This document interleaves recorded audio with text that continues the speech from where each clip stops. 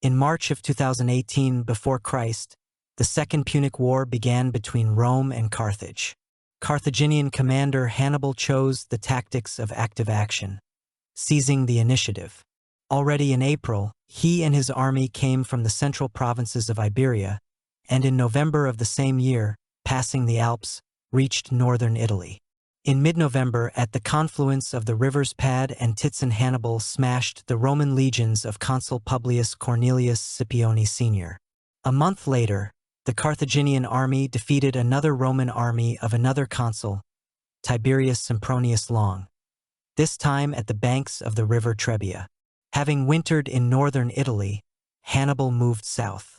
The Carthaginian army left the winter quarters before the onset of winter, heading south to the province of Etruria, the modern coast of western Italy.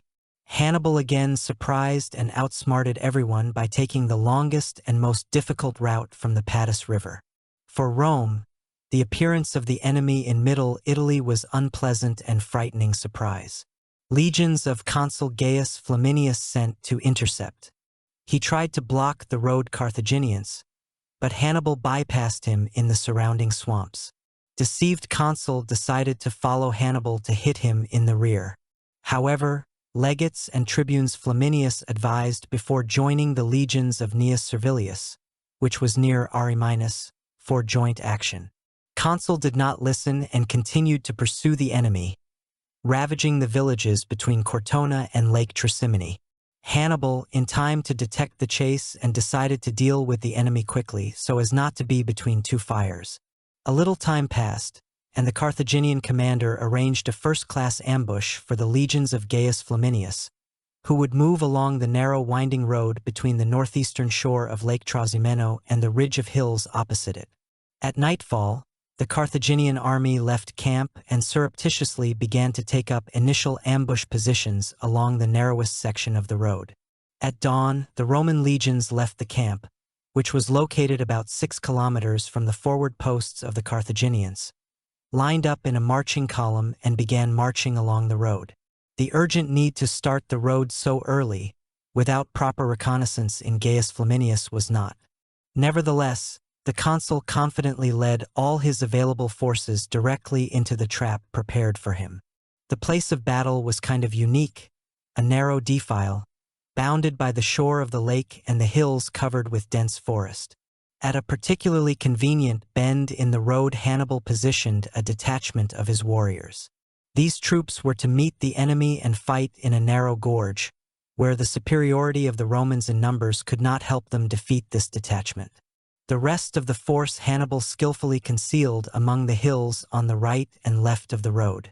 In total, the army of the Great Punic probably numbered about 50,000, but the overall quality of the infantry was not too high.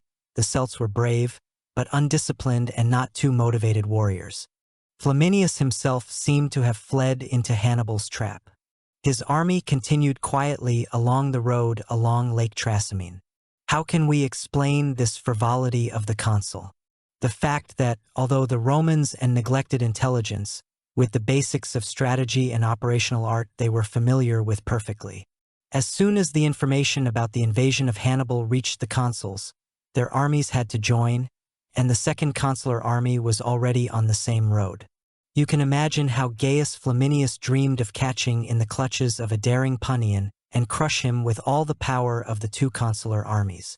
Weather played into Hannibal's hands. In the morning from the water rose a thick fog, so that the Romans literally bumped into the detachments that Hannibal left on the road as a barrier. Forward units of the Romans took these units for the rearguard Hannibal, but at this point, insidious Phoenician gave the signal to attack. Trumpets blared, the cry of thousands of Celts rose around the Romans, and Iberian horsemen crashed into the ranks of the legionaries. The fog fell mostly in the lowlands, so that on the hills remained excellent visibility and could safely calculate the moment of attack. The column of the Roman army was simultaneously attacked from 3 sides, so that very soon the battle turned into a massacre. The legionaries were completely stunned by the sudden attack of the enemy and hardly offered any serious resistance. Titus Livius paints us an oppressive picture of the battle. Neither advice nor orders were not heard, The soldiers did not recognize their banners and their leaders, and for many weapons were more of a burdensome burden than protection. The groans of the wounded, the resounding blows of fists, the clashing of swords, and cries of rage and terror were heard in the misty gloom. Some of them fled and immediately ran into a tangle of fighting men and got stuck in it. Others, having recovered, tried to return to the battle, but they were carried away by the stream of fugitives. Perfectly prepared and planned Hannibal operation gave its fruits. Romans fell to 20,000 people, including Gaius Flaminius. He was slaughtered by the Celts, who well remembered how cruel and resolute Consul acted against them 6 years earlier. A few thousand more managed to get through. These were parts of the vanguard who had failed to make sense of the situation and had sword-wielded their way further down the road. Instead of helping their comrades, the soldiers took refuge in a neighboring village and a little later were surrounded and forced to surrender. Hannibal's losses were small, 1,500 people, and those mostly Gauls. The battle was an exemplary example of attacking the enemy on the march and clearly demonstrates the ability of Hannibal to organize ambushes and coordinate forces. Hannibal's success was a natural fruit of the labors of the great commander, who studied his enemy. Well acquainted with the military affairs of Rome, Hannibal was not limited to this.